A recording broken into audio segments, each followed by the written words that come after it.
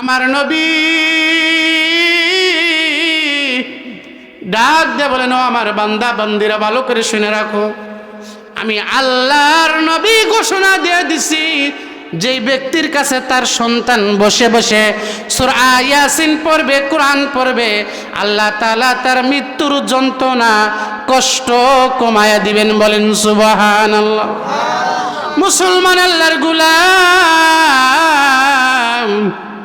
দিলের কান দিয়ে আমলের নিয়তে শোনেন, গভীর মনোযোগ দেন।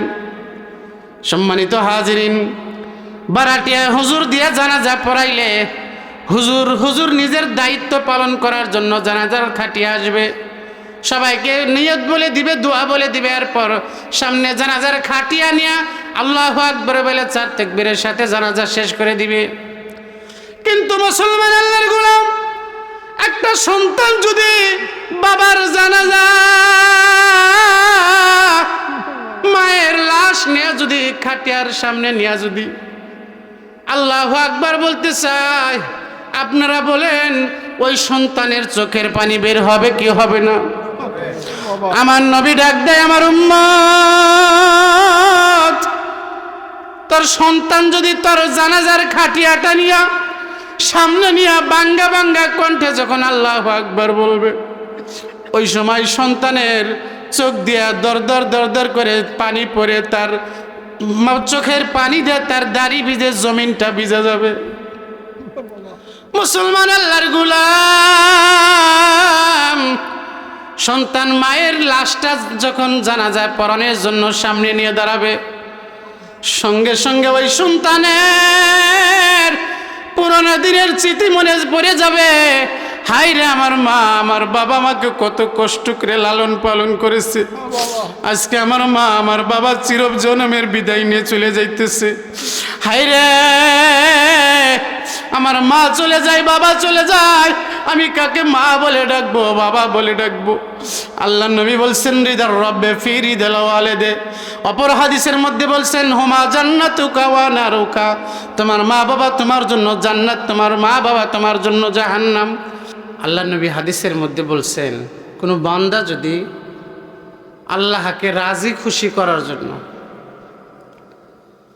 আল্লাহকে পাওয়ার জন্য যদি কোনো বান্দা 1 বিঘা হাত অর্থাৎ আধা হাত অগ্রসর হয়, আল্লাহ তাআলা ওই ব্যক্তির দিকে আল্লাহর রহমত নিয়া 1 হাত অগ্রসর হয়ে যায়। বলেন সুবহানাল্লাহ। একটু জোরে বলবেন না সুবহানাল্লাহ? আল্লাহর নবী হাদিস শরীফের মধ্যে বলেন, কোন বান্দা যদি আল্লাহ তাআলার দিকে হেঁটে হেঁটে রওনা দেয়, অনেক মানুষ এখনো দোকানপাটে বিভিন্ন জায়গায় বসে আছে, ভাইরা আমার বাজানেরা, আল্লাহর নবী বলেন, কোন বান্দা যদি আল্লাহকে পাওয়ার জন্য 1 বিঘা অগ্রসর হয়, আধা হাত অগ্রসর হয়, আমার আল্লাহ দয়ের আল্লাহ, মায়ের আল্লাহ ওই ব্যক্তিকে ভালোবাসিয়া মহাব্বত করিয়া বান্দাকে মাফ করে দেওয়ার জন্য আল্লাহর রহমত নিয়ে 1 হাত অগ্রসর হয়ে যায়। আবার কোনো বান্দা যদি আল্লাহকে পাওয়ার জন্য, আল্লাহর মহাব্বত দিলের মধ্যে লালন করার জন্য, আল্লাহকে রাজি খুশি করার জন্য কোনো বান্দা যদি হেঁটে হেঁটে রওনা দেয়, আমার আল্লাহ ওই ব্যক্তিকে মাফ করে দেওয়ার জন্য আল্লাহ তার রহমত নিয়ে দৌড়ায় ওই ব্যক্তির দিকে অগ্রসর হয়। মুসলমান ভাইরা রে, আমার বাপজনেরা, অন্তরের কান দিয়ে কথাগুলো শুনবেন, বোঝার চেষ্টা করবেন। শুধু শুনলে হবে না, বোঝারও চেষ্টা করতে হবে। সূরা মুলুকের মধ্যে আল্লাহ তাআলা ইরশাদ করে দিয়েছেন, কাফেরদেরকে যখন জাহান্নামের মধ্যে গোল করিয়া কাফেরদেরকে যখন জাহান্নামের মধ্যে নিক্ষেপ করা হবে, তার জাহান্নামের মধ্যে নিক্ষেপ হইতে থাকবে। আল্লাহ তাআলা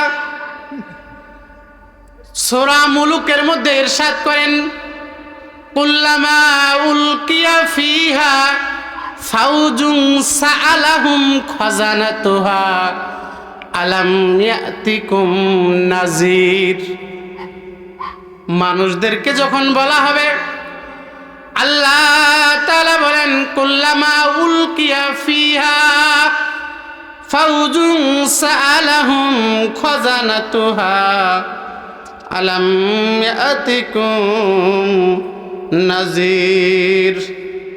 গুনাহগারদেরকে যখন জাহান্নামের মধ্যে নিক্ষেপ করা হবে, গুনাহগাররা জাহান্নামের মধ্যে পড়তেছে, আর জাহান্নামের চতুর্পাশে কিছু দারোয়ান আছে, জাহান্নামের ফেরেশতা আছে। জাহান্নামের ফেরেশতাদের মধ্যে যিনি সর্দার তার নাম হলো মালিক। নাম কি? মালিক। জাহান্নামের চতুর্পাশের ফেরেশতারা ওই ব্যক্তিকে ডাক দিয়ে বলবে, হে নেমক হারাম, হে নাফরমান, তুই কি জন্য এই জাহান্নামের মধ্যে আজকে আসলি?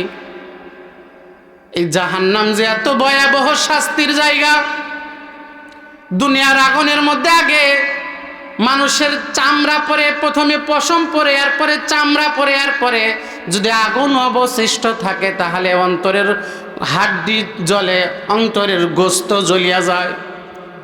কিন্তু অনেমক হারাম ও নাফরমান, তুই কি জানোস না আল্লাহ তাআলা কোরআনের কারিমের মধ্যে বলছেন, ওয়াকুদুহান নাস ওয়াল হিজারা, আমি মানুষ এবং পাথরকে জাহান্নামের ইন্ধন বানাবো। এর নেমক হারাম, তুই কেন আজকে এই জাহান্নামের মধ্যে আসলি? দুনিয়ার মধ্যে কি কোন হুজুর তাকে এই জাহান্নামের শাস্তির কথা শোনাই নাই? কোন ওয়াজ মাহফিলের মধ্যে কি জাহান্নামের কথা শোনস নাই? কোন হুজুরকে, কোন তাবলীগওয়ালা কি তাবলীগের মধ্যে হুজুর তাদেরকে এই জাহান্নামের কথা শোনাই নাই? ইমাম সাহেব মসজিদের মিম্বরের মধ্যে বসিয়া তাদেরকে এই জাহান্নামের ভয়াবহ শাস্তির কথা তাদেরকে শোনাই নাই? তখন ওই জাহান্নামী ব্যক্তি ওই দিন কিন্তু না করার আর সময় নাই। দুনিয়ার বিচারের মধ্যে অনেক সময় মানুষ মিথ্যা কথা বলে, কি বলে না? যে মিথ্যে কথা বইলে কত জায়গায় পার পেয়ে গেলাম, এই জায়গার মধ্যেও দেখি একটু মিথ্যে কথা বলে পার পাওয়া যায় কিনা। ওই দিন কিন্তু আর এই সময় নাই, এই সুযোগ নাই। জাহান্নামী ব্যক্তি বলবে, ক্বালু বালা, হে জাহান্নামের ফেরেশতারা, দুনিয়ার মধ্যে কত হুজুর আমাদেরকে হাতে ধরে, পায়ে ধরে, বাবা শোনা কয়া, চোখের পানি ফালায়া ওয়াজ মাহফিলের মধ্যে কত জায়গায় কতভাবে হুজুরেরা বোঝানোর চেষ্টা করেছে, কিন্তু ফাকাজ্জাবুনা। তখন জাহান্নামীরা বলবে, ও ফেরেশতারা, হ্যাঁ হুজুরেরা আমাদেরকে বিভিন্ন সময় জাহান্নামের কথা শোনাইছে, কিন্তু দুঃখজনক হলেও সত্য, আমরা হুজুরদেরকে মিথ্যা প্রতিপন্ন করেছি, মিথ্যাবাদী বলেছি, যে হুজুরদের খায়া দেয়া কাম নাই, শুধু যদি নামাজ রোজা হজ যাকাত নিয়ে থাকে তাহলে কি আরো অন্য কাজ কাম করা দরকার নাই? হুজুররা আছে শুধু নামাজ রোজা আর জান্নাত জাহান্নাম নিয়ে। হুজুরদের দেখলে বাঁকা নজরে তাকায়, হুজুরদের দেখলেই এক শ্রেণীর মানুষ আছে তাদের সহ্য হয় না, এরকম মানুষ আছে না নাই?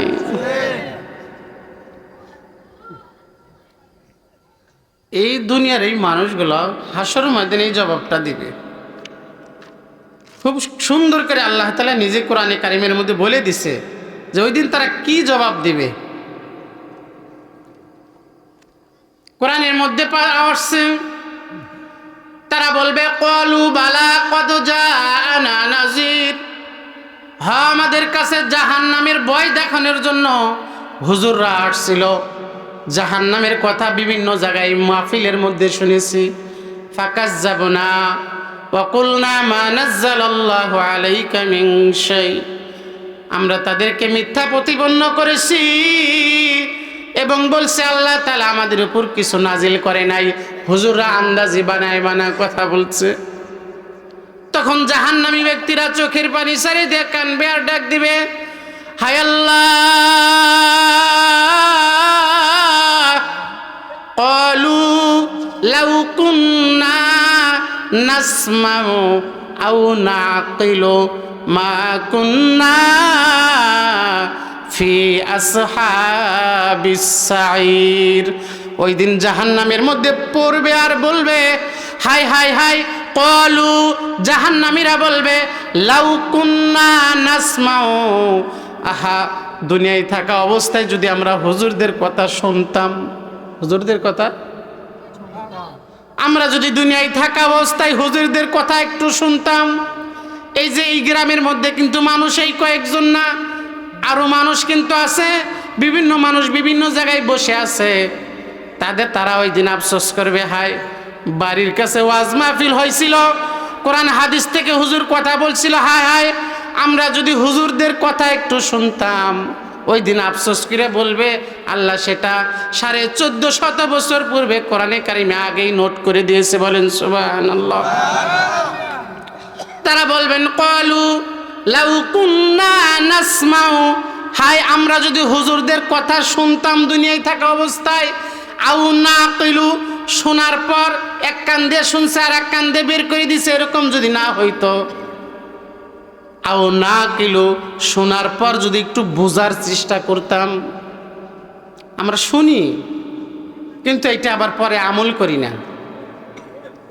আমরা ওয়াজ শুনতেছি কিন্তু পরবর্তীতে আমলের চিন্তা ভাবনা নাই। ওই দিন জাহান্নামীরা বলবে, যদি আমরা হুজুরদের কথা শুনতাম, আও নাকিলু, এবং বুঝার চেষ্টা করতাম, বুঝে আমল করতাম, মা কুন্না ফি আসহাবিস সাঈর, তাহলে আজকের দিন আমাদের এই জাহান্নামের অধিবাসী হওয়া লাগে না। এজন্য ভাইরা, মাহফিল আলোচনা মাত্র শুরু করেছি, যা কিছু আলোচনা হবে নিজেরা আমল করব। আল্লাহ যেন বক্তা শ্রোতা শুননেওয়ালা বলনেওয়ালা সবাইকে আমল করার তৌফিক দান করেন, বলেন আমিন। বাবারা, প্রথমে একটা কথা বলছিলাম যে আল্লাহর জন্য যদি এক বিঘত গায়, আল্লাহ এক হাত অগ্রসর হয়। এটা আল্লাহকে রাজি খুশি করার জন্য বাবারা, আল্লাহকে সন্তুষ্টি করার জন্য, আল্লাহকে পাওয়ার জন্য একটু আগানো যাবে না ইনশাল্লাহ? একটু জিকিরের সাথে আগান, লা ইলাহা ইল্লাল্লাহ, লা ইলাহা, একটু কষ্ট করে আগান, একটু বাজানরা, আল্লাহকে খুশি করার জন্য, আমাকে না। লা ইলাহা লা ইলাহা ইল্লাল্লাহ, লা ইলাহা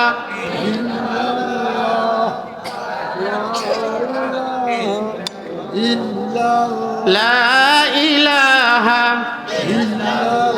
সুবহানাল্লাহ ওয়ালহামদুলিল্লাহ, লা ইলাহা সুবহানাল্লাহ ওয়ালহামদুলিল্লাহ। কবর তোমার আসল বাড়ি, ভাইরে ভুলে যায় না। আমাদের আসল বাড়ি কোনটা?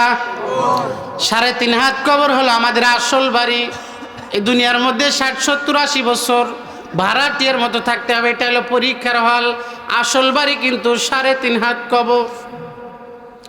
কবর তোমার আসল বাড়ি, ভাইরে ভুলে যায় না। ও সাথী নাই রে, বাতি নাই রে, নাই রে ফুলের বিছানা। বলেন সাথী নাই রে, বাতি নাই রে, নাই রে ফুলের বিছানা। সুবহানাল্লাহ ওয়ালহামদুলিল্লাহ, লা ইলাহা ইল্লাল্লাহ, সুবহানাল্লাহ লা ইলাহা ইল্লাল্লাহ, লা ইলাহা ইল্লাল্লাহ, মুহাম্মাদুর রাসূলুল্লাহ। সকলে পড়ি সাল্লাল্লাহু আলাইহি ওয়াসাল্লাম। সম্মানিত হাজিরিন, খারাপ লাগতেছে আপনাদের? সম্মানিত হাজিরিন, আলোচনার শুরুতেই সেই মহান রব্বুল আলামিনের গরিয়ানের দরবারে সবাই সমস্বরে উচ্চ স্বরে আকাশ বাতাসকে উজাড় করে দিয়ে ভিতরে চাপা কষ্ট না রাখিয়া আল্লাহকে রাজি করার জন্য সবাই একসাথে সমস্বরে বলি আলহামদুলিল্লাহ রব্বানা লাকাল হামদ হামদান কাসীরান তাইয়িবান মুবারাকান ফীহি। আমরা আল্লাহর শুকরিয়া দেয়া আজকের আলোচনা শুরু করলাম। আল্লাহ তাআলা কোরআনে কারিমের মধ্যে নিজেই বলে দিচ্ছেন, লাইন শাকারতুম লাযিদান্নাকুম। কোনো বান্দা যদি আমি আল্লাহর শুকরিয়া আদায় করে, শুকরিয়া আদায় করার সঙ্গে সঙ্গে আমি আল্লাহ তাআলা ওই ব্যক্তির নিয়ামতকে আরো বাড়াইয়া দিই। হয় না? আর একটু জোরে বলেন, নিয়ামত আল্লাহ বাড়ায়। ওয়ালাইন কাফারতুম, যদি বান্দা নিয়ামত পায়া নিয়ামতের না শুকরিয়া করে, গুরুত্ব না দেয়, আল্লাহ বলতেছেন সেই নিয়ামতকে আমি ছিনায় নেই, যেতটুকু আছে ওটা আবার নিয়ে নিব। এতটুকুই কিন্তু আবার শেষ না, আল্লাহ বলতেছেন ইন্না আযাবি লাশাদীদ। এরপর আল্লাহ তাআলা বলতেছেন নিয়ামত তো নিবই, এরপরে তাকে কঠিন আযাবের মধ্যে আমি আল্লাহ গ্রেফতার করব। বলেন নাউযুবিল্লাহ। একটা কথা মনে পড়লো, মুসা আলাইহিস সালামের যুগে বলতাম, বলবো? একটু আমার সাথে কথা বলেন। মাঝে মাঝে আপনাদের জেগে আমি যদি এতক্ষণ জোরে জোরে চিল্লাইতে পারি, আপনি একটু সুবহানাল্লাহ আলহামদুলিল্লাহ ইনশাল্লাহ বলতে পারবেন না? ইনশাল্লাহ।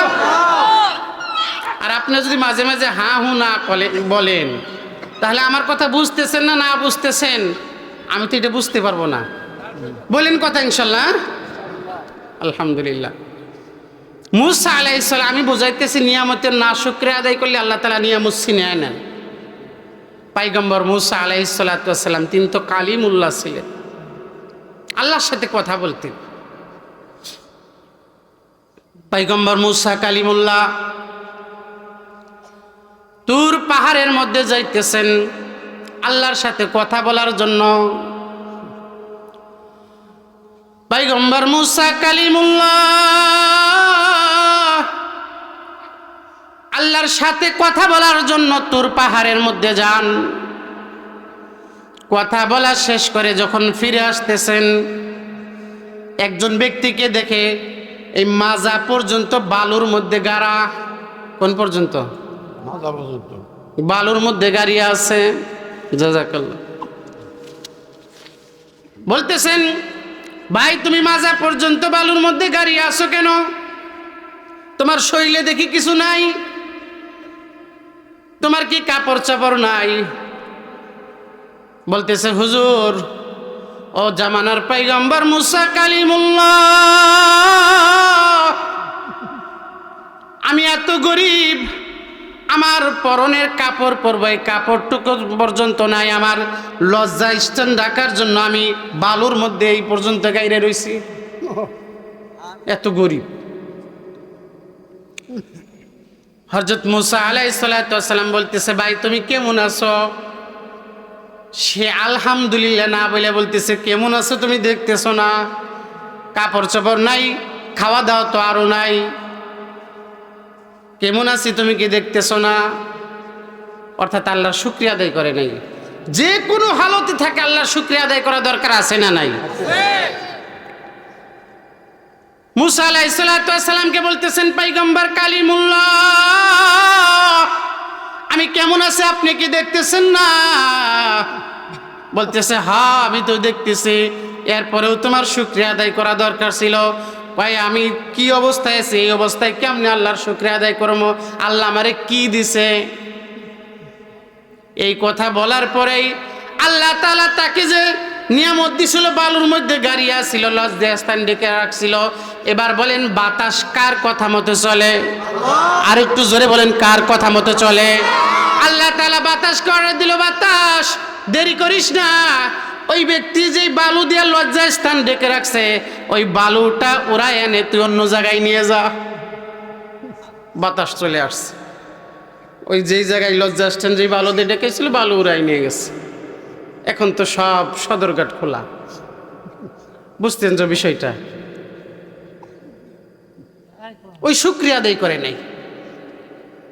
এই অবস্থায় ছিল, অবস্থা খারাপ, এরপরেও যদি আল্লাহ শুকরিয়া আদায় করতো, আল্লাহর শুকরিয়া আদায় করতো, তাহলে এই বালু থেকে আল্লাহ তাকে কাপড়ের বন্ধ ব্যবস্থা করে দিত। কিন্তু সে আল্লাহর না শুকরিয়া করার কারণে ওই বালু, আল্লাহ তার জন্য একটা নিয়ামত ছিল না, ছোট হোক নিয়ামত তো ছিল, আল্লাহ না শুকরিয়ার করার কারণে, আলহামদুলিল্লাহ না বলার কারণে ওই বালুটাও আল্লাহ নিয়ে গেছে। এই জন্য যে কোনো হালতে থাকি, সুখে থাকি দুঃখে থাকি, সবসময় কার শুকরিয়া আদায় করব? পারবো তো ইনশাল্লাহ? আমরা ইনশাল্লাহ আজকে যে কয়েকটা কথা আলোচনা হোক, আমরা আমলের নিয়ে তো শুনবো তো ইনশাল্লাহ। সম্মানিত হাজির, আমাদের রঞ্জে রঞ্জে ব্যথা, ওই কথায় আছে না গ্রামের ভাষায় যে সারা গায়ে ক্ষত ওষুধ লাগানো কত। আমাদের প্রত্যেকটা জয়েন্টে জয়েন্টে সমস্যা, কয়টা সমস্যার সমাধান করব। এরপরেও কয়েকটা আমাদের গ্রামের মধ্যে প্রচলিত কয়েকটা সমস্যা নিয়ে আলোচনা করব। একটু ধৈর্য ধরে শুনবেন তো ইনশাআল্লাহ। সম্মানিত হাজরিন, তার মধ্যে আমি আপনাদের কাছে জানতে চাই, এই মহাগ্রন্থ আল কোরআন যে আমাদেরকে আল্লাহ তাআলা দিছে, এটা আমাদের জন্য জীবন সংবিধান না? আল্লাহ তাআলা আমরা যেন দুনিয়ার মধ্যে ভালোভাবে এইটার উপর আমল করে কবরে যাইতে পারি, এই জন্য কোরআনে কারীম আমাদের দিয়েছেন না? তাহলে কোরআনে কারীমের মধ্যে যা আছে এগুলোর উপর আমল করা দরকার আছে না নাই? তাহলে এখান থেকে বুঝতে পারলাম যে হায়াতের জিন্দেগিতে কোরআনের উপর আমল করে আমাদের কবরে যাইতে হবে, কারণ মরার পরে আর আমল করার সুযোগ আছে। কিন্তু দুঃখজনক হলেও সত্য, কোরআনে কারিমে পর্দার বিধান কি জীবিত মানুষের জন্য নাকি মৃত মানুষের জন্য? আমার কথা বুঝতেছেন? পর্দার বিধান এটা কি জীবিত মানুষের জন্য নাকি মৃত মানুষের জন্য? কিন্তু সারা বাংলাদেশের সব জায়গার মধ্যে এটা করতে হবে, আমি না করতেছি না। আমাদের মা বোনরা মারা গেলে তাদের যখন কবরে রাখা হয়, তাদের লাশ তো কাফন দিয়ে ঢাকা থাকে, আবার কবরে রাখার সময় উপরে চাদর ধরে না, যে মহিলাকে পর্দার সহিত দাফন করতে হবে, বিষয়টা তো এমনই। আমার কথা বুঝতেছেন? এই মহিলা মারা গেছে, এর জন্য কি আর শরীয়তের বিধান আছে? কিন্তু একে যেই সুন্দর করে পর্দার সহিত কবরে রাখতেছেন, হ্যাঁ এইভাবে রাখা উচিত, এইভাবে রাখবেন, এটা আমি নিষেধ করতেছি না। তবে এই মহিলার জন্য জীবিত থাকা অবস্থায় এর থেকে আরো ডবল গুণে পর্দা করা দরকার আছিল না? ছিল না? কিন্তু মরার পরে আমরা পর্দার খুব গুরুত্ব, এই চাদর ভালো করে দেখবো দেখবো, কিন্তু ওই মহিলাই দুদিন আগে এই রাস্তা দিয়ে ওন্না ছাড়া হাঁটছে, বোরকা ছাড়া হাঁটছে, ওই দিন আর কেউ চাদর ধরার মানুষ ছিল না। সম্মানিত হাজরিন, কবরের মধ্যে যখন আমরা মানুষকে রাখি, আমরা বলি বিসমিল্লাহি ওয়ালা মিল্লাতি, পারেন না সবাই এই দোয়া? সবাই বিসমিল্লাহি ওয়ালা মিল্লাতি, যে এই ব্যক্তিকে রাসূলের নৌকায় উঠাই দিলাম, রাসূলের মাযহাবে উঠাই দিলাম, এটাই তো বিষয়টা। অর্থটা এটা না যে এতদিন দুনিয়ায় ছিল, এখন রাসূলের নৌকায় উঠিয়ে দিলাম, অথচ যেই ব্যক্তিকে রাসূলের নৌকায় উঠিয়ে দিল ও দুনিয়ায় থাকা অবস্থায় নামাজই পড়তো না, রাসূলের সুন্নাতই মানত না, মরছে যে মুখে দাড়িও নাই, এরকম মানুষ দাফন করেন নাই? মুখে দাড়ি লাগাই খুর লাগাইলে রাসূলের কলিজায় খুর লাগানো হয় না? যে রাসূলের কলিজায় নিয়মিত খুর লাগাইছে এই ব্যক্তিকে রাসূলের নৌকায় উঠিয়ে দিলেন আর রাসূল নিয়ে নিল, এত সহজ? আমার কথা রাগ করতেছে? কোন রাসূল নিব? আপনি মুখ দিয়ে কইলেন রাসূলের নৌকায় উঠাই দিলাম আর রাসূল নিয়ে নিল। হাসরের ময়দানে আল্লাহ নবী হাউজের কাউসারের ওখানে বসে বসে হাউজে কাউসারের পানি পান করাইবেন, পেয়ালা দিয়ে দে, এরকম পেয়ালা হাজার হাজার পেয়ালা থাকবে, হাদিস শরীফের মধ্যে আছে, লক্ষ লক্ষ পেয়ালা থাকবে, মানুষকে আল্লাহ নবী নিজে হাতে পানি পান করাইবেন। সুবহানাল্লাহ কইলেন না? আশা আছে তো খাবার? ইনশাআল্লাহ আল্লাহ নবী পানি পান করাইবেন। সবাই আসতেছে, পানি পান করতেছে, একদল লোক দৌড়ায় আসবে, পানি পান করার জন্য হঠাৎ করে তাদের মাঝখানে আর আল্লাহর নবীর মাঝখানে এভাবে পর্দা পড়ে যাব, তারা আর এই পাশে আসতে পারবে না। আল্লাহর নবী আল্লাহকে বলবে, আল্লাহ এরা তো আমার উম্মত, আসতে দেন, পানি পান করাই। আল্লাহ বলবেন, না, আপনার উম্মত ঠিক আছে, কিন্তু আপনার দেখানো রাস্তায় এরা চলে, অতএব তাদেরকে আজকে আপনি হাউজে কাউসারে পানি পান করতে পারবেন না। তখন আল্লাহর নবী বলবেন, সুহকান সুহকান, তোরা আমার এখান থেকে দূর হয়ে যা, দূর হয়ে যা। সহিহ হাদিসের মধ্যে এই কথা আসছে। আপনি বললেন বিসমিল্লাহ, মরা মানুষকে রাসূলের নৌকায় উঠাই দিলেন, যে জীবনে নামাজ পড়ে নাই, রোজা রাখে নাই, আর সবসময় আল্লাহ নাফরমানি করে চলছে, আর রাসূলের নৌকায় দিলেন, আল্লাহর নবী নিয়ে নিল, বলবে সুহকান সুহকান, দূর হ। এত সহজ? এজন্য দুনিয়ায় থাকা অবস্থায় রাসূলের নৌকায় ওঠা দরকার আছে না ভাই? উঠবেন তো ইনশাআল্লাহ? জি জি জি, একটু খেয়াল করেন। সম্মানিত হাজিরিন, আমার কথাগুলো একটু কেমন যেন আনকমন হইতেছে, রাগ করতেছেন না তো? সম্মানিত হাজিরিন, আল্লাহ, রাসূলকে ফলো করে যদি চলেন তাহলে রাসূলের নৌকায় উঠতে পারবেন। আজকে বন্ধু হিসেবে গ্রহণ করছেন হে মেসি, নেইমার, রোনালদো, আবার কত নায়ক গায়কদের না, এদেরকে পোলাপান ফলো করে না। রাসূলকে ফলো করলে না রাসূলের নৌকায় উঠতে পারবেন। আপনি ফলো করেন ইহুদি খ্রিস্টানদেরকে, যাদেরকে বন্ধু বানাইতে আল্লাহর নবী নিজে নিষেধ করছে, আল্লাহ কোরআনের মধ্যেও নিষেধ করছে, লা তাত্তাখিযুল ইয়াহুদা ওয়ান নাসারা আউলিয়া, তোমরা ইহুদি নাসারদেরকে বন্ধু বানায় না। আর তুমি বলে, ও আমি ওর ভক্ত, আমি ওর ফ্রেন্ড। এ তো কয় না, কয় না? আমার কথা মানে খারাপ লাগতেছে, আমি ওর ভক্ত, অথচ ইহুদি নাসারা আল্লাহ মানে না, রাসূল মানে না, ইসলাম মানে না, হের ভক্ত।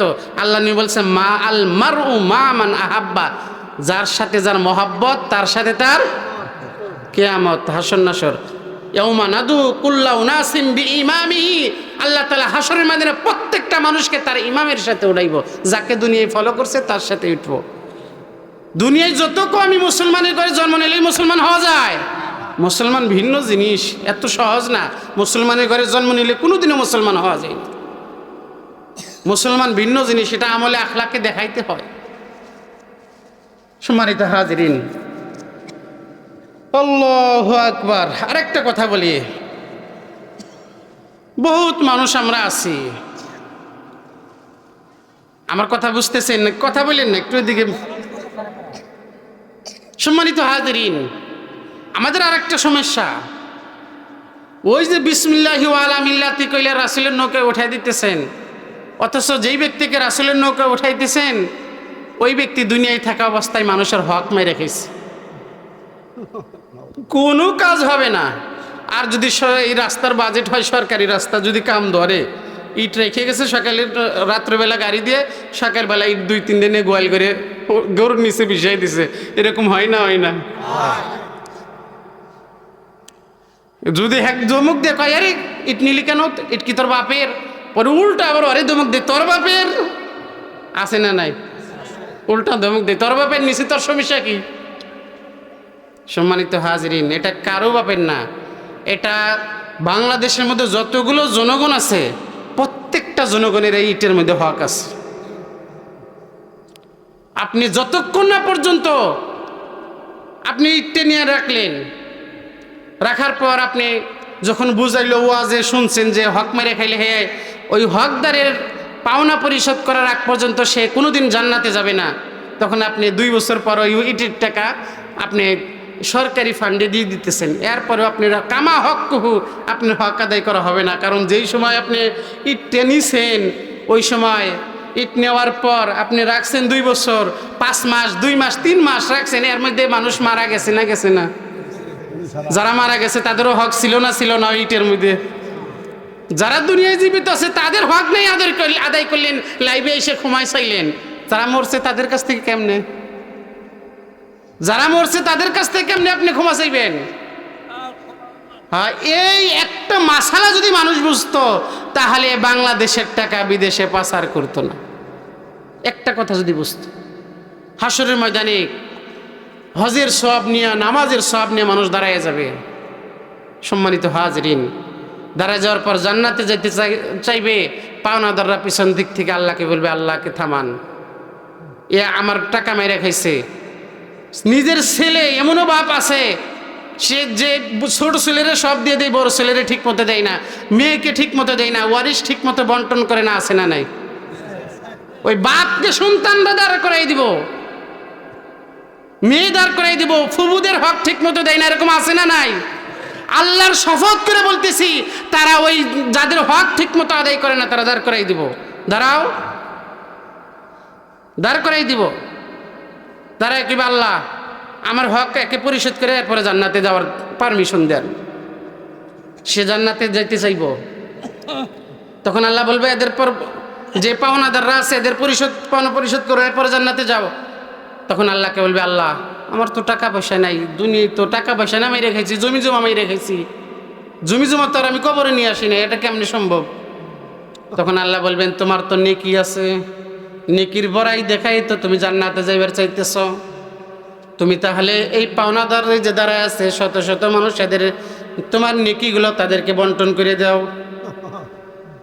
পাওনাদার সমস্ত নেকি সমস্ত পাওনাদারদেরকে যখন বুঝায় দিবে, বুঝায় দিতে দিতে আরো কিছু পাওনাদার বাকি থাকবে, কিন্তু এর নেকি শেষ, নেকি শেষ, এখনো পাওনাদার বাকি, ওয়ারিশে বাকি, হক বাকি রয়ে গেছে। আল্লাহ বলবেন, এদেরটা বুঝাই দাও না কেন? ডাক দিয়ে বলেন, রব্বুল আলামিন সবার পাওনা বুঝাই দিছি, আমার নেকি যত দূর ছিল তত দূর দিয়েছি গো মাওলা, এখন তো আমার নেকি নাই, এখন আর আমি কি দে পাওনা বোঝাই দিব? তখন আল্লাহ তাআলা বলবেন, নেকি নাই তাহলে কি হইছে? যেই পাওনাদাররা দাঁড়ায় রইছে তাদের তো আমল নামার মধ্যে গুনাহ আছে না নাই? বলবে, বান্দা ওই পাওনাদারদের গুনাহ তোর আমল নামাই নে, গুনাহ নিয়ে নে তোর আমল নামাই জমা কইরা কইরা তুই জান্নাতে যাইতে চাইছিলি, জান্নাতে যাওয়ার সুযোগ নাই, এবার জাহান্নামে যা। আপনি মনে করছেন সবাই ঠকায় আপনি হজ করে রোজা রেখে নামাজ পড়ে একেবারে সব কিছু করে জান্নাতে যাবেন, এত সহজ? আমার কথা রাগ করতেছেন? এরকম রোগী আছে না নাই? সম্মানিত হাজিরিন, আমাদের যুবক ভাইদের বলতেছি, এই শীতের দিনে ব্যাডমিন্টন খেলায় না, র্যাকেট খেলায় না, অনেকে সরকারি লাইন থেকে আংটা দিয়ে দিয়ে নিয়ে ব্যাডমিন্টন খেলায়, আছে না নাই? আমি যুবক ভাইদেরকে বলতেছি, আল্লাহর শপথ করে বলতেছি, এটা সরকারি গভর্নমেন্টের মাল, কারেন্ট, এটা আপনি ইচ্ছে করলে এক জায়গায় চুরিমুরি করে পোড়াইতে পারেন না। আপনি যদি এটা এই আংটা দিয়ে আপনি ব্যাডমিন্টন খেলার জন্য আপনি যদি সরকারি লাইন থেকে এভাবে আপনি লাইন নিয়ে লাইট জ্বালায় এভাবে আপনি ব্যাডমিন্টন খেলান, র্যাকেট খেলান, তাহলে কিন্তু আপনি হাসরের ময়দানে এই 18 কোটি 20 কোটি মানুষের হক মাইরে খাওয়ার কারণে জাহান্নামে যেতে হইব। এই জন্য খেলাইতে নিষেধ করতেছি না, শরীরের ব্যায়াম দরকার আছে, তবে টাকা দেয়া বৈধ লাইন থেকে লাইন নিয়ে জ্বালায়া এরপরে খেলাও, কোনো সমস্যা? বুঝছেন আমার বিষয়টা? যুবক তো এই শীতের সিজনে এগুলো খেলায়। সম্মানিত হাজিরিন, আমাদের রোগে রোগে সমস্যা কোনটা থেকে কোনটা বলবো? আমাদের ইমান যদি ভিতরে না থাকে, তাহলে ইমান ভিতরে না থাকলে আমাদের কোনো কিছুর দাম নাই। ভিতরে যতই আমল করি, যতই রোজা রাখি, ভিতরে যদি ইমানের সমস্যা থাকে তাহলে ওই আমল কোনো 4 পয়সাও কাজে লাগবে না। বলতে পারেন, হুজুর এটা কেমনে ইমান চলে যায়? এরকম কয়েকটা কারণ বলবো। এক নম্বর হলো গণককে হাত দেখানো। দেখাই না, অনেকে বাড়ি বাড়ি আসে না, হাতের এই যে দাগ মাগ দেখে দেখে বলে যে ও তোর তো অমুক দিন অমুক ঘটনা আছে, এই ফাড়াগুলো কাটতে হলে 510 টাকা লাগবে, 502 টাকা, 501 টাকা, কয় না? ঢাকা শহরে আমাদের মাদ্রাসার ছাত্র গুলিস্থানে এই যে গণক বসে টিয়া পাখি দিয়ে দিয়ে ভাগ্য পরীক্ষা করায়। গণকের কাছে গেছে, মাদ্রাসার ছাত্র তো বোঝেনি, ও তো জানি এগুলো করা যাবে না, কইছে আমার হাত দেখেনছে, কয় আমার ভাগ্যে ভবিষ্যতে কি আছে, ভবিষ্যৎবাণী এটা কইরে দেন। গণকে ওর হাত দিয়ে কইতেছে তোর ভবিষ্যৎ তো খুবই খারাপ, এগুলো কাটাইতে হইলে, এই ফাড়াগুলো কাটতে হইলে টাকা পয়সা লাগবে। বলে টাকা পয়সা লাগলে দিমু। কয় তোর এই সমস্যা আছে, পরে একটু পর ওই মাদ্রাসার ছাত্র ধূপ করে দাঁড়াইয়া জুতা খুলে ঠাস ঠাস গণকরে করে মারছে। পরে গণক কয় তুই মারলি কেন? কয় তুই আমার ভবিষ্যৎ নিয়ে টেনশনে আছিস, তোর ভবিষ্যতে একটু পরে যে তোর কপালে জুতার বাড়ি আছে, তুই এইটা জানোস না? নিজের ভবিষ্যৎ জানোস না? আমার ভবিষ্যৎ দেখতে আসিস, বন্ডামির জায়গা বস না। বোঝেন নাই বিষয়? ওর কপালে যে 2 মিনিট পরে যে জুতার বাড়ি আছে ও নিজেই জানে না। ও আর একজনের ভবিষ্যৎ কিন্তু তোর ভবিষ্যৎ খারাপ। এটা বন্ডামি কি বন্ডামি না? আমার কথা বুঝতেছেন? আল্লাহ, তাহলে এটা আমার কথা বুঝছেন? এই জন্য যারা কোরআন হাদিস সম্পর্কে জ্ঞাত না তাদের কাছে যাবেন না এই বিষয় নিয়ে, কারণ তারা কুফরি কালাম করে, তারা শয়তানকে বাধ্য করে, জিন শয়তানকে বাধ্য করে করে এই সমস্ত কাজ করে। আল্লাহ, সম্মানিত হাজরিন, বহুত কথা বললাম, আরেকটা কথা বলেই শেষ করে দিদি। সেটা হলো আমাদের সমাজে আরেকটা শিরিকের গুনাহ আছে, সেটা হলো কানে বালি দেওয়া, কানে ছিদ্র করে দেয় না? দেখছেন আপনারা? সবাই দেখছেন? যার সন্তানাদি হয় আর মরে, হয় আর মরে, এরকম মহিলারা আরো একটু বেশি করে। মানে শেষমেশে একটা হয়েছে, ওইটার কানে ছিদ্র করে বালি দিয়ে দেয়, খুদ করে দেয়, যাতে আল্লাহ আর এটারে না নেয়। খুদ করলে কত মানুষের হাত নাই, পাও নাই, এরা মরতেছে না? ও একটু ছিদ্র করে বাঁচাইবার চায়। এটা হলো বুক আর শরীরে বাস করতেছে মানুষ। কানে বালি দেওয়া এই নিয়তে, পুরুষদের কানে এইভাবে যে এই নিয়তে বালি দেওয়া সম্পূর্ণ হারাম, নাজায়েজ। এই যে কিছু কথা বললাম, এই কথাগুলো আগের থেকেও জানেন, আজকেও শুনলেন, আমল করবেন তো ইনশাআল্লাহ?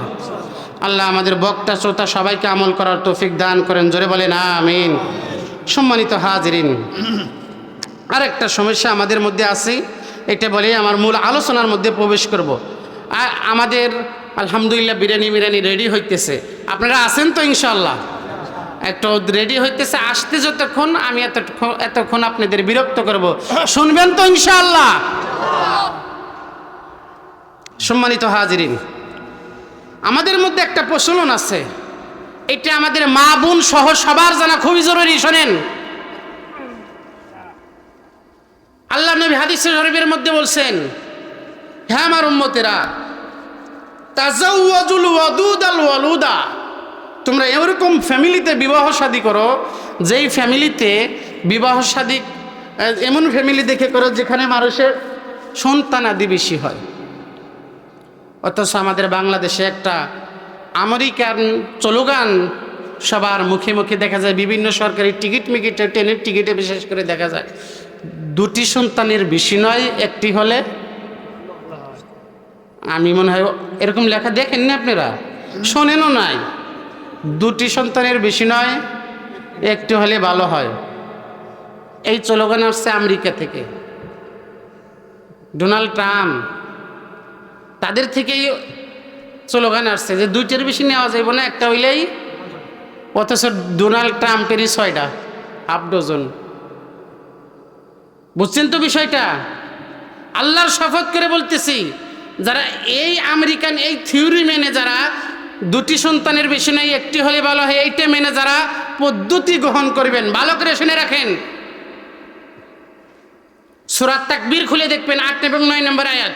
আমার কথা বিশ্বাস করা দরকার নাই, সূরা তাকবীরের 8 এবং 9 নম্বর আয়াত খুলে দেখেন বাসায় যায়, বাংলা যদি কোরআন শরীফ থাকে। ওয়া ইযাল মাউউদাতু সুইলাত বিআইয়ি যামবিন কুতিলাত। ওয়াজে তো আসছি, কিছু নিয়ে যায়, খালি চিল্লে একটা ঘটনা বলে দিলাম আর আপনারা কান সুখ খুললেন। বিষয়টা, এটার নাম কিন্তু ওয়াজ না। ওয়াজ তো এখন আওয়াজ হয়ে গেছে। আপনাদের আগে ওয়াশ করা লাগবে, ওয়াজ করার আগে কি করা লাগবে? ওয়াশ করা লাগবে। আল্লাহ তাআলা বলতেছেন, ওয়া ইদাল মাউউদাতু সুইলাত, পদ্ধতি গ্রহণ করা যাবে না স্বামী স্ত্রীর।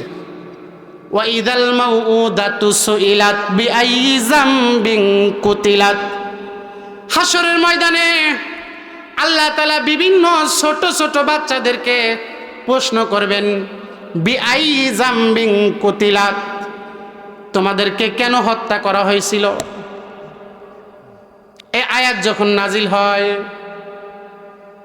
বিশেষ করে আল্লাহর নবীর একজন সাহাবী, যার নাম হলো দাহিয়াতুল কালবি, ঘটনা শুনছেন তো? মেয়েকে জিন্দা দাফন করছিল, জামেলা নামক মেয়েকে। দাহিয়াতুল কালবি কাঁদতেছে, ওগো আল্লাহর নবী, এখন আমার কি উপায় হবে? আমার সন্তান জামিলাকে তো আল্লাহ তাআলা বলবেন, এরে জামিলা, তোকে তোর আব্বা দাহিয়াতুল কালবি কি জন্য তোকে হত্যা করেছিল? তোর কি অপরাধ ছিল? বিআই জামবিন কুতিলাত, কেন তাকে হত্যা করা হয়েছিল? কোন গুনাহের কারণে, কোন অপরাধের কারণে? তখন কিন্তু দাহিয়াতুল কালবি বলতেছে, আমি আল্লাহর সামনে আটকা পড়ে যাব বিচারের দিনে, কেন আমার মেয়ের তো কোনো অপরাধ ছিল না, আমি জিন্দা দাফন করে দিছিলাম। দাহিয়াতুল কালবির সাথে ওই সমস্ত মানুষ আল্লাহর বিচারের কাঠ গড়াই দাঁড়াবেন যারা রিজিকের ভয়ে, টাকা পয়সার ভয়ে, ক্যারিয়ারের ভয়ে, খাওয়ানোর ভয়ে, যারা খাওয়ানোর ভয়ে সন্তান নেওয়াকে পদ্ধতি গ্রহণ করেন, সন্তান নেওয়া থেকে পদ্ধতি গ্রহণ করেন, বিভিন্ন পদ্ধতি, বড়ি টরি যা কিছু বলেন, যারা খাওয়ানোর ভয়ে, রিজিকের ভয়ে যারা এই পদ্ধতি গ্রহণ করবে, আল্লাহর শপথ করে বলতেছি, যতবার স্ত্রীর সাথে থাকবে ততবার যতগুলো ওখান থেকে যে দানাগুলো বের হবে আল্লাহর দরবারে ততবার সে আসামির কাঠ গড়ায় দাঁড়াইতে হবে। বলতে পারেন হুজুর, তাহলে কি আমাদের পদ্ধতি গ্রহণ করার দরকার নাই? যদি কোনো বিজ্ঞ ডাক্তার বলে যে মায়ের অবস্থা বেশি ভালো না, একটু লেট করো, ওই সময় জায়েজ আছে। আমার কথা বুঝতেছেন? সব কথা কিন্তু খোলামেলা বলা যায় না, আবার না বললেও না। শুনতেছেন আমার কথা? অথবা মায়ের শরীরের অবস্থা যদি বেশি ভালো না থাকে, যে ছোট এক বাচ্চা, এখন যদি আবার আর একটা হয়ে যায়, তাহলে এই ছোট বাচ্চা দুধ পাবে না, আবার এটাকে লালন পালন করতে সমস্যা হবে, এই বাচ্চার জন্য ঝুঁকি আছে, তাহলে ওই ক্ষেত্রে পদ্ধতি গ্রহণ করা জায়েজ। আমার কথা বুঝতেছেন আপনারা? অথবা সিজার হয়, 3 বারের বেশি তো আর সুযোগ, 3টে হয়ে গেছে, তাহলে 3 বারের উপরে গেলে তার মৃত্যুর, ওই মায়ের মৃত্যুর আশঙ্কা আছে না নাই? তাহলে 3 বারের উপরে যেহেতু আর সুযোগ নাই সিজারের ক্ষেত্রে, তাহলে এরপর থেকে তার ওই ব্যক্তির জন্য পদ্ধতি গ্রহণ করা জায়েজ, যেহেতু 3 বারের পরে করলে মৃত্যুর ঝুঁকি আছে। তাছাড়া রিজিকের ভয়ে, ওয়ামা মিন দাব্বাতিন ফিল আরদি ইল্লা আলাল্লাহি রিজকুহা, পৃথিবীর মধ্যে যত পানি বিচরণশীল প্রত্যেকটা পানির প্রত্যেকটা মাখলুকাতের রিজিক কে দেন? আরো জোরে বলেন, কে দেন? যদি আল্লাহ রিজিক দিয়ে থাকে তাহলে আমরা কিসের ভয়ে তাকে মারি? আগে তো ছোটবেলায় আমরাই দেখতাম যে 3 বার এভাবে দান হইতো না। এখনই শুনতেছি যে বৈজ্ঞানিকরা রিসার্চ করতেছে, বছরে 4 বার দানের ব্যবস্থা করতেছে তারা, 4 বার যেন একটা জমিতে দান হয়। আপনি আমেরিকারা বেশি সন্তান নিতে না করে কেন? বলে দুনিয়ার মধ্যে মানুষ দিয়ে ভরিয়ে যাইব, খাওয়া দাওয়ার সংকট হইব, টাকা মানুষ কিভাবে কি খাইব এত মানুষ হইলে। আচ্ছা আপনারা বলেন, মুরব্বীরা যারা আছেন, আমরা আমাদের বাপ দাদাদের মুখে শুনছি যে আগেরকার মানুষ এই অনেক দূরে দূরে একটা বাড়ি ছিল, এরকমই তো আশেপাশে এত বাড়ি ঘর ছিল না, এরকম না বিষয়টা? অনেক দূরে দূরে বাড়ি, এত বাড়ি ঘর ছিল না, এরপরে অল্প মানুষ ছিল, এরপরেও মানুষ কি ভাত পাইছে ঠিক মতো? আর এখন কোটি কোটি বাড়ির উপরে বাড়ির হয়েছে, এখনই কেউ না খায়া থাকে? আগের থেকে আরো ভালো চলে না? তো ভালো কে চলায়? রিজিকের মালিক কে? আপনারা মুরব্বীরা যারা আছেন, ছোটবেলায় দেখছেন জমিতে 1 বিঘে জমিতে কয় মণ ধান হইতো, ছোটবেলায় যারা দেখছেন, আর এখন তার ডবল হয় না? কিছুদিন পর আরো 3 ডবল হইব, আল্লাহ দিব ইনশাআল্লাহ। রিজিকের মালিক কে? এজন্য রিজিকের ভয়ে পদ্ধতি গ্রহণ করা সম্পূর্ণ হারাম, না জায়েজ। আল্লাহ রিজিকের মালিক। আমার কথায় রাগ করতেছেন? এজন্য এই ভয়ে সন্তানকে কোনো সময় হত্যা করা যাবে? আল্লাহ আমাদের বোঝার তৌফিক দান করেন, বলেন আমিন। সম্মানিত হাজিরিন, এই জন্য আল্লাহর কাছে সন্তান আদি চাইতে হবে, নেক সন্তান। পয়গম্বর ইব্রাহিম খলিলুল্লাহ আল্লাহর কাছে দোয়া করছেন, আল্লাহ রব্বি হাবলি মিনাস সালিহিন, রব্বুল আলামিন আমাকে নেক সন্তান দান করেন। কি সন্তান? আল্লাহ বলতেছেন ফাবাশশারনাহু বিগুলামিন হালিম, আমি আল্লাহ তাআলা হযরতে পয়গম্বর খলিলুল্লাহকে সুন্দর সুশ্রী নম্র ভদ্র একটা সন্তানের সুখবর দিয়ে দিলাম। বলেন সুবহানাল্লাহ। এই জন্য আল্লাহ তাআলা কোরআনে কারীমের মধ্যে দোয়া শিখায়া দিছেন, রব্বানা হাব লানা মিন আজওয়াজিনা ওয়া যুররিয়াতিনা কুররাতা আইনি ওয়াজআলনা লিল মুত্তাকিনা ইমামা। আল্লাহ তাআলা বলতেছেন, হে আমার পৃথিবীর বান্দা বান্দীরা, রব্বানা হাব লানা মিন আজওয়াজিনা ওয়া যুররিয়াতিনা কুররাতা আইনি, আল্লাহর কাছে তোমরা চাও, আয় আল্লাহ আমাকে এমন সন্তান দান করেন যেই সন্তান আমার চোখের শীতলতা হয়। বলেন সুবহানাল্লাহ। চক্ষু শীতল করে এবং মুত্তাকিদের জন্য ইমাম হয়ে যায়, এরকম সন্তান একটা দেন। মারা কান্দে একটা সন্তান দে রে মাওলা, একটা সন্তান দে, কামাই খাবার আশা নাই গো, জানাজা দিবে কে? আল্লাহর কাছে কান্দে না কান্দে না? আল্লাহ একটা সন্তানের মালিক আমারে বানাই দেন গো মাওলা, আমার টাকা পয়সা কামাই রুজি খাওয়ার ইচ্ছা নাই গো মাওলা। আল্লাহ আমার জানাজাটা কে পড়াইবে? মায়েরা কান্দে, আমাকে কে ধরে কবরস্থানের মধ্যে রাখবে? সম্মানিত ভাইরা, মুসলমান ভাইরা, বাপজানেরা, একটা কথা খেয়াল করেন, ভাড়াটিয়া মসজিদের ইমাম দিয়ে জানাজা পড়ানো আর নিজের ঔরসজাত সন্তান জানাজা পড়ানোর মধ্যে পার্থক্য আছে না নাই? মুসলমান আল্লাহর গোলাম, আল্লাহর নবী হাদিস শরীফের মধ্যে বলেন, কোন মানুষ যখন মৃত্যুর বিছানায় শুয়ে পড়ে, তার নেক সন্তান যদি মা বাবার কাছে বসিয়া কোরআনে কারিম তেলাওয়াত করে, সূরা ইয়াসিন পড়ে, আমার নবী ডাক দিয়ে বলেন, ও আমার বান্দা বান্দিরা ভালো করে শুনে রাখো, আমি আল্লাহর নবী ঘোষণা দিয়ে দিছি, যেই ব্যক্তির কাছে তার সন্তান বসে বসে সূরা ইয়াসিন পড়বে, কোরআন পড়বে, আল্লাহ তাআলা তার মৃত্যুর যন্ত্রণা কষ্ট কমায়া দিবেন। বলেন সুবহানাল্লাহ। মুসলমান আল্লাহর গোলাম, দিলের কান দিয়ে আমলের নিয়তে শোনেন, গভীর মনোযোগ দেন। সম্মানিত হাজিরিন, বারাটিয়া হুজুর দিয়ে জানাজা পড়াইলে হুজুর নিজের দায়িত্ব পালন করার জন্য জানাজার খাটিয়ে আসবে, সবাইকে নিয়ত বলে দিবে, দোয়া বলে দিবে, এরপর সামনে জানাজার খাটিয়া নিয়ে আল্লাহু আকবার বলে 4 তাকবীরের সাথে জানাজা শেষ করে দিবে। কিন্তু মুসলমান আল্লাহর গোলাম, একটা সন্তান যদি বাবার জানাজা মায়ের লাশ নিয়ে যদি খাটিয়ার সামনে নিয়ে যদি আল্লাহু আকবার বলতে চায়, আপনারা বলেন ওই সন্তানের চোখের পানি বের হবে কি হবে না? আমার নবী ডাক দেয়, আমার উম্মত,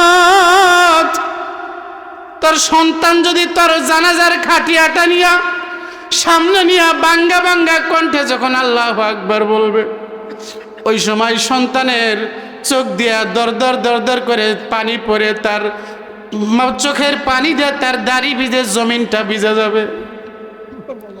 মুসলমান আল্লাহর গোলাম, সন্তান মায়ের লাশটা যখন জানাজা পড়ানোর জন্য সামনে নিয়ে দাঁড়াবে, সঙ্গে সঙ্গে ওই সন্তানের পুরোনো দিনের স্মৃতি মনে পড়ে যাবে। হাই রে, আমার মা আমার বাবা আমাকে কত কষ্ট করে লালন পালন করেছে, আজকে আমার মা আমার বাবা চিরজনমের বিদায় নিয়ে চলে যাইতেছে। হাই রে, আমার মা চলে যায়, বাবা চলে যায়, আমি কাকে মা বলে ডাকবো, বাবা বলে ডাকবো? আল্লাহ নবী বলছেন, রিদার রব্বে ফি রিদাল ওয়ালিদে। অপর হাদিসের মধ্যে বলছেন, হুমা জান্নাতুকা ওয়া নারুকা, তোমার মা বাবা তোমার জন্য জান্নাত, তোমার মা বাবা তোমার জন্য জাহান্নাম। সন্তান কাঁদবে, আল্লাহকে বলবে, আল্লাহ আমার চোখের পানি দিয়া আমার মাকে বিদায় করে দিলাম, আল্লাহ আমার চোখের পাড়ি দিয়ে আমার বাবাকে বিদায় করে দিলাম। আমার নবী ঘোষণা দেন, ওই সন্তান যদি কবরের মধ্যে নামিয়া মায়ের বাবার কবরের মধ্যে বাঁশের ছাটগুলো বাঁশগুলো যখন বিছায় দিবে, সন্তানের চোখ থেকে টপ টপ টপ টপ করে চোখের পানি মা বাবার কবরের মধ্যে পড়বে কি পড়বে না? সন্তানের চোখের পানি মায়ের কাফনের মধ্যে পড়বে কি পড়বে না? মুসলমান আল্লাহর গোলাম, সন্তান যদি নিজের জানাজা পড়াইয়া নিজের মাকে বাবাকে যদি কবরের মধ্যে রাখিয়া চোখের পানি দিয়া মাটি দিয়ে আসে, আমার নবী ডাক দেয়, আমার উম্মতেরা, কোন সন্তান যদি তার মরা মায়ের কথা মনে করিয়া মরা বাবার কথা মনে করিয়া যদি কান্দে, চোখের পানি ফেলায় দেয়, আমার আল্লাহ কোনদিন ওই মা বাবার কবরে জাহান্নামের আগুন জ্বালাবে না। মুসলমান আল্লাহর গোলাম, ভালো করে শুনে রাখেন, মুসলমান আল্লাহর গোলাম, এই জন্য সন্তান চাইতে হবে আল্লাহর কাছে, নেক সন্তান। অনেক মানুষের একটা বদ আখলাক আছে, সন্তান চাওয়ার জন্য অনেকে মাজারে মাজারে দৌড়ায়। এরকম মানুষ আছে না নাই? আরো জোরে বলেন, আছে না নাই? আরে ভাই, আপনি মাজারে যান, জিয়ারত করার জন্য যান, আমি না করতেছি না, কিন্তু মুসলমান আল্লাহর গোলাম, আপনি যদি মাজারে সন্তানের জন্য যান, অথচ যেই মাজারে গেছেন সন্তানের জন্য, যেই পীরের কাছে, ওই সন্তানই ওই পীর সাবি সন্তান আদির জন্য বিয়ে করছে না করছে না? বিবাহ সাথী পীর সাহেবরা করে না? হুজুরা বিয়ে করে না? যার কাছে সন্তানে লেগে গেছে হে নিজেই বিয়ে সন্তানের জন্য কি করছে? বিবাহ। হে যদি সন্তান দিতে পারতো, আর বিয়ে করার দরকার ছিল? এইটাই মানুষ বুঝি না কেন, ছোট জিনিস। সম্মানিত হাজিরিন, এই জন্য নিজের জীবনের যত মাজারওয়ালা ব্যক্তি সন্তান দিতে পারবে না, তবে বলতে পারেন, হুজুর আমরা মাজারে তো সন্তানের জন্য যাই না, মাজারওয়ালার ওসিলা দিয়ে আল্লাহর কাছে দোয়া আছে, কয় না কয় না? অথচ মাজারওয়ালার ওসিলা দেওয়ার কথা হাদিসের মধ্যে, কোরআনের মধ্যে পাওয়া যায় না। কিসের ওসিলার কথা পাওয়া যায়? হাদিসের মধ্যে পাওয়া যায় যে নেক আমলের ওসিলা দিয়ে আল্লাহর কাছে যাইতে হবে। কি আমলের? আল্লাহ তাআলা কোরআনে কারীমের মধ্যে বলেন, ওয়া মান ইয়াত্তাকিল্লাহা ইয়াজআল লাহু মাখরাজা। আমার বান্দা বান্দীরা ভালো করে শুনে রাখো, আমার আল্লাহ তাআলা বলেন, ও আমার বান্দা বান্দীরা ভালো করে শুনে রাখো, যাদের দিলের মধ্যে আমি আল্লাহর ভয় আছে, আমি আল্লাহর তাকওয়া আছে, যাদের দিলের মধ্যে আমি আল্লাহকে ভয় করে, আল্লাহকে মানে, আমি আল্লাহর ভয় নিয়ে সব সময় চলাফেরা করে, আল্লাহ বলতেছেন, ওয়া মান ইয়াত্তাকিল্লাহ, যাদের দিলের মধ্যে আল্লাহর ভয় আছে, ইয়াজআল লাহু মাখরাজা, আল্লাহ বলতেছেন ওই তাকওয়ালা ব্যক্তি, পরহেজগার ব্যক্তি দুনিয়াতে চলাফেরা অবস্থায় বিপদ আপদে পড়তে পারে কি পারে না? জোরে বলেন, পারে কি পারে না? আল্লাহ বলতেছেন ওই তাকওয়ালা ব্যক্তি দুনিয়ায় চলাফেরা অবস্থায় যদি বিপদ আপদ বালা মুসিবতের মধ্যে পড়ুক, ফিদ দুনিয়া ওয়াল আখিরা, সে যদি আখিরাতের মধ্যে বিপদ আপদ বালা মুসিবতের মধ্যে পড়ে, আল্লাহ নিজে বলতেছেন সূরা তালাকের 2 নম্বর আয়াতের শেষের অংশে আল্লাহ বলেন, ওয়া মান ইয়াত্তাকিল্লাহ, যেই ব্যক্তি আমি আল্লাহকে ভয় করবে, ইয়াজআল লাহু মাখরাজা, ওই ব্যক্তি দুনিয়া আখিরাতে যদি কোনো বিপদ আপদ বালা মুসিবতের সম্মুখীন হন, আল্লাহ বলতেছেন আমি আল্লাহ নিজে ওই ব্যক্তিকে ওই বিপদ থেকে উদ্ধার করে দিব। কে উদ্ধার করবেন? আল্লাহ বলতেছেন আল্লাহ নিজে উদ্ধার করবেন। এটা তো দুনিয়ার মধ্যে হয়তো তাফসীরে জালালাইনের মধ্যে পাওয়া যায়, ফিদ দুনিয়া ওয়াল আখিরা। কেউ যদি আখিরাতের মধ্যেও আমলনামায় হিসাব নিকাশের মধ্যে যদি সে ধরা খায় যায়, আল্লাহর নবী বলেন ওই ব্যক্তি আখিরাতের মধ্যে ধরা খায় গেলেও আল্লাহকে ভয় করার কারণে আল্লাহ তাআলা আখিরাতের মধ্যেও তাকে হিসাব নিকাশ সহজ করে দিয়ে আল্লাহর তৈরি জান্নাতের মধ্যে দাখিল করে দিবে। মুসলমান আল্লাহর গোলাম, আল্লাহকে ভয় করার কারণে কিভাবে আল্লাহ তাআলা মানুষকে দুনিয়ার বিপদ থেকে রক্ষা করছেন এবং আখিরাতের বিপদ থেকে রক্ষা করছেন। এবার হাদিস থেকে এই আয়াতের শান নুজুল বলতেছি। তাফসীরে মারিফুল কোরআনের 8 নম্বর খণ্ডের মধ্যে এই শানে নুজুলটা আছে। মুসলমান আল্লাহর গোলাম, ভালো করে গভীর মনোযোগ দিয়ে কথাগুলো শুনবেন।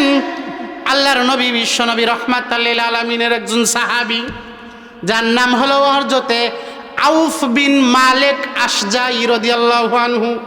ভালো করে গভীর মনোযোগ দিয়ে কথা শুনেন। আউফ বিন মালিক আশজাই, তার একজন ছেলে ছিল যার নাম ছিল সালেম।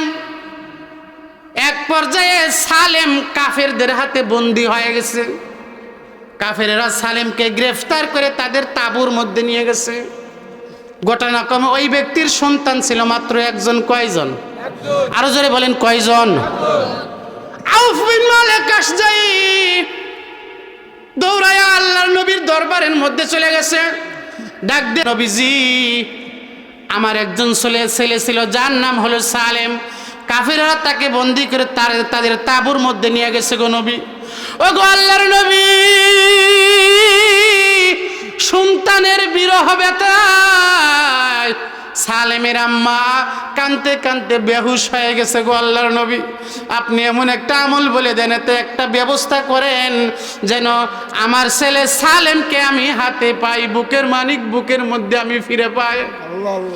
আল্লাহর নবী ডাকতে বলে, আরে আউফ বিন মালিক আশজাই, তোমার টেনশন করার কারণ নাই, পেরেশানি হওয়ার কারণ নাই। আউফ বিন মালিক আশজাই, আমি তোমাকে একটা আমল বলে দেই, বাড়িতে যা তুমি এই আমলটা করতে থাকো। আল্লাহ চাহে তো এই আমলের ওসিলায় আল্লাহ তাআলা তোমার সন্তানকে তোমার ঘরে পৌঁছায়া দিবেন। জোরে বলেন সুবহানাল্লাহ। লিল্লাহি তাকবীর, লিল্লাহি তাকবীর। কোরআন হাদিস যেখানে আমরা আছি সেখানে লিল্লাহি তাকবীর। মুসলমান আল্লাহর গোলাম আউফ বিন মালিক আশজাই রাদিয়াল্লাহু তাআলা আনহু আল্লাহর নবী বিশ্ব নবী রাহমাতুল লিল আলামিনকে বলতেছেন, ওগো আল্লাহর নবী, এমন একটা আমল বলে দেন, এমন একটা কিছু করেন যেন আমার ছেলে সালেমকে আমরা ফিরে পাই। আল্লাহর নবী বিশ্ব নবী রাহমাতুল লিল আলামিন আউফ বিন মালিক আশজাইকে বলতেছেন, রে আউফ বিন মালিক, টেনশনের কোনো কারণ নাই, পেরেশানির কোনো কারণ নাই। আমি নবীর কাছে আসছো, আল্লাহ একটা বন্ধ ব্যবস্থা করে দিবে। বলেন সুবহানাল্লাহ। আল্লাহর নবী বিশ্ব নবী রাহমাতুল লিল আলামিন তার সাহাবী আউফ বিন মালিক আশজাইকে বলতেছে, আমি একটা আমল বলে দিব, এই আমলটা তুমি করবা, তোমার বিবিরেও করতে কইবা। আল্লাহ চাহে তো এই আমলের ওসিলায় তোমার সন্তানকে আল্লাহ তোমার ঘরের মধ্যে ঢুকাইয়া দিবে। সুবহানাল্লাহ।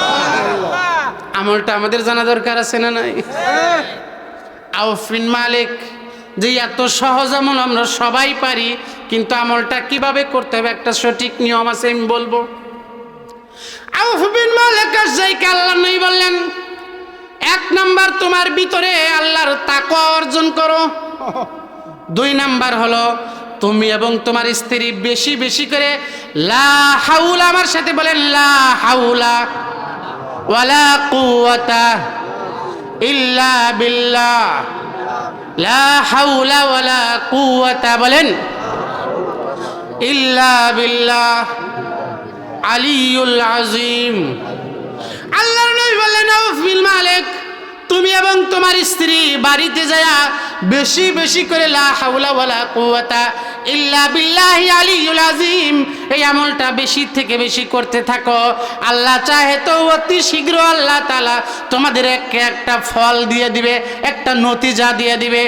আউফ বিন মালিক সেই আল্লাহর নবীর কাছ থেকে আমল নিয়ে বাড়িতে চলে আসছে। ডাক দিয়ে বলে, বিবিরে আর টেনশন করিস না, আর পেরেশান হইস না, আমার দয়ার নবী মায়ার নবী রহমাতুল লিল আলামিন আমাদেরকে আমল দিয়া দিছে রে বিবি, তুমি এই আমলটা বেশি বেশি করো, আমিও করি, আল্লাহ একটা বন্ধ ব্যবস্থা আমাদেরকে করে দিবে। বলেন সুবহানাল্লাহ। তারা আল্লাহর নবীর শিখানো তরিকা অনুযায়ী আমল করতেছে। আমল করতে করতে হঠাৎ করে আউফ বিন মালিক একদিন ঘর থেকে বাহিরে গেছে। মরুভূমির মধ্যে তাকায় দেখে তার সন্তান সালেম একটা উটের উপরে উঠিয়া আরো কিছু উটকে হাঁকায়া হাঁকায়া বাড়ির দিকে চলে আসতেছে। আউফ বিন মালিক আসছে, আল্লাহর নবীর দরবারে দৌড় মারছে, ইয়া রাসূলুল্লাহি, ইয়া হাবিবাল্লাহ, নবী গো, ওগো আল্লাহর নবী, আপনি এমন আমল বলিয়া দিছেন, আমলের ওসিলায় আল্লাহ তাআলা আমার সন্তানকে আমার ঘরের মধ্যে ফিরিয়ে দিয়েছে। তাহলে যে কোনো সমস্যার মধ্যে পড়ি আমাদের একটা আমল করতে হবে, সেটা হলো সব সময় লা হাওলা ওয়ালা কুওয়াতা ইল্লা বিল্লাহি আলিয়ুল আযীম, এই আমলটা করতে পারবো তো ইনশাআল্লাহ। আজকের ওয়াজ থেকে একটা আমল, এক নম্বরে বললাম এই আমলটা আমরা শিখব। এইটা হলো এই আয়াতের মাইয়াত্তাকিল্লাহ ইয়াজআল লাহু মাখরাজা, সূরা তালাকের শেষ আয়াতের অংশের এটা হলো শানে নুজুল। মুসলমান আল্লাহর গোলাম, আমি আপনাদেরকে বুঝাইতে চাইছিলাম ওসিলা দিতে হবে, আল্লাহর কাছে ওসিলা দিয়ে তালাশ করতে হবে। সেই ওসিলাটা কি? ওসিলা হলো নেক আমল। কি আমল? নেক আমলের ওসিলা দিয়ে আল্লাহর তাআলার কাছে চাইতে হবে, আল্লাহর কাছে পানা চাইতে হবে। আল্লাহ তাআলা কোরআনে কারীমের মধ্যে সূরা মায়েদার 35 নম্বর আয়াতের মধ্যে বলেন, সূরা মায়েদার 35 নম্বর আয়াত, আল্লাহ তাআলা কোরআনে কারীমের মধ্যে বলেন, ইয়া আইয়ুহাল্লাযীনা আমানুত্তাকুল্লাহ,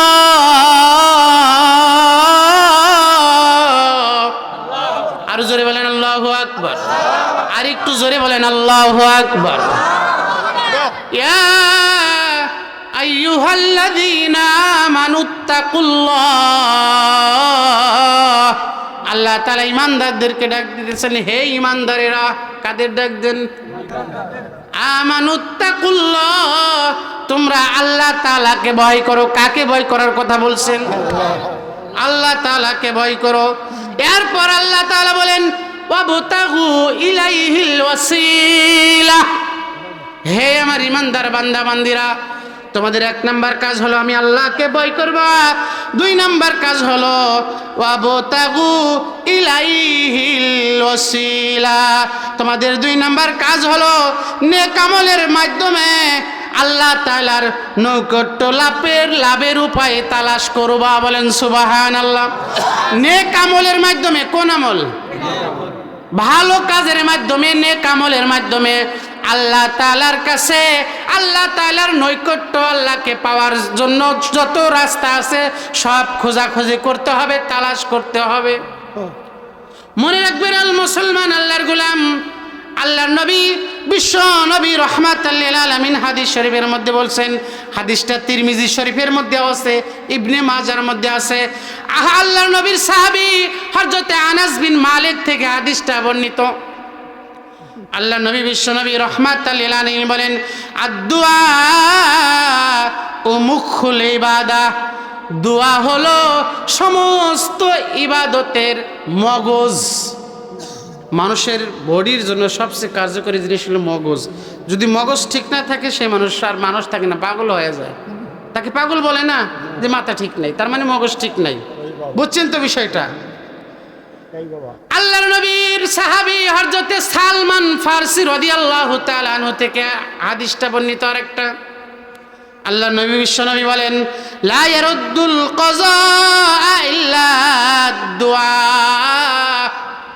আল্লাহর নবী, বিশ্ব নবী বলেন যে মানুষের তকদিরে যা আছে এটা কেউ পরিবর্তন করতে পারে না, একমাত্র দোয়া হলো মানুষের তকদিরকে পর্যন্ত পরিবর্তন করে দেয়। বলেন সুবহানাল্লাহ।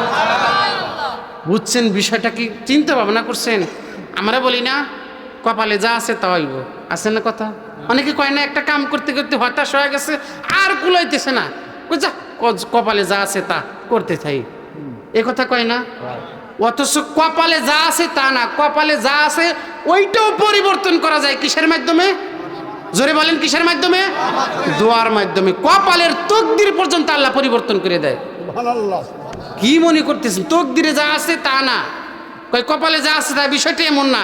আপনি যদি আল্লাহর কাছে চাওয়ার মতো চাইতে পারেন, আল্লাহ আপনার তকদির পর্যন্ত পরিবর্তন করে দিবে। সুবহানাল্লাহ। তাহলে আমরা দোয়া করতে পারবো তো ইনশাআল্লাহ?